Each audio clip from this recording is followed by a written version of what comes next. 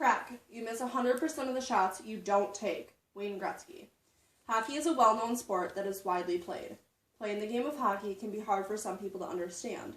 In this speech, I'll talk about the beginning of hockey, the positions of hockey, the National Hockey League, and women's hockey. I think that hockey is an amazing sport. I personally played hockey for several years, and my family and I are still very involved in the sport. Let's first take a look at the history of hockey. Hockey originated around the 1800s in Windsor, Canada. According to birthplaceofhockey.com, some boys in Canada began to convert the field game of hurley into the ice sport of hockey. After several decades, the conversion worked and ice hockey was born. I asked my audience if they knew when hockey became an official sport. No one was quite sure when hockey became an official sport. Hockey was just for fun for boys in Canada until around 1875 when ice hockey became an official sport. The first actual hockey team was organized in 1877. A fun fact about hockey is when the game first started, the players were using wooden pucks and one-piece wooden sticks. These days, the players use rubber pucks, like this one, and light carbon fiber hockey sticks, like this one here. Hockey was brought to the United States officially around 1893 and developed. Hockey's popularity grew, and the rules of the game changed. We're now going to look at the current positions in hockey. As stated by bluejackets.nhl.com, there are 6 players per team on the ice at one time when the game is running with no penalties. The first position we're going to look at is the goalie position. This player remains on the ice for the duration of the game and in the net. They're in charge of defending the net. The next players are the left and right defensemen. These 2 players are in charge of keeping the puck out of their team zone as much as possible. If a player from the opposite team is skating with the puck towards their net, they need to take the puck away and get it going in the other direction as quickly as possible. These players are generally found positioned on the blue line or near the net. The third players we're going to discuss are the right and left wings. These players are offensive players. They're usually positioned on either the right or left side of the ice depending on which position they play. They're trying to get the puck into the opposing team's net, or get it to a player that can do that. The final player we're going to discuss is the center. The center gets free rein of the ice. They're supposed to chase the puck all over the ice and try to score with it when they're in the other team's zone. If they're in their zone, they need to get it back to the other team's zone.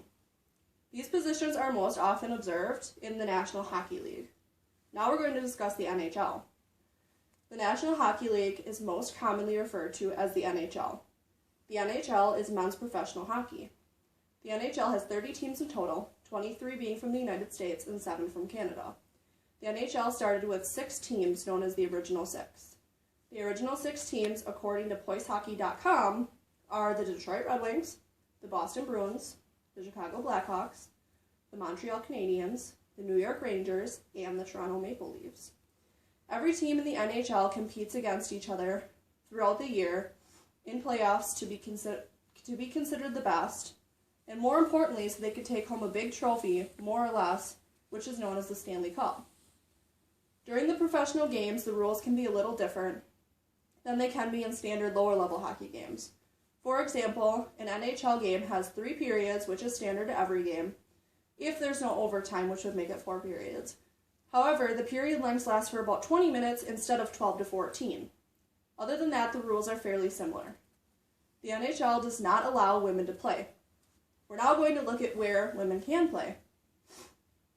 Women are not allowed to participate in the National Hockey League, so they're limited as to where they can play. I asked my audience if they believe women should be able to compete in hockey at a professional level like men do.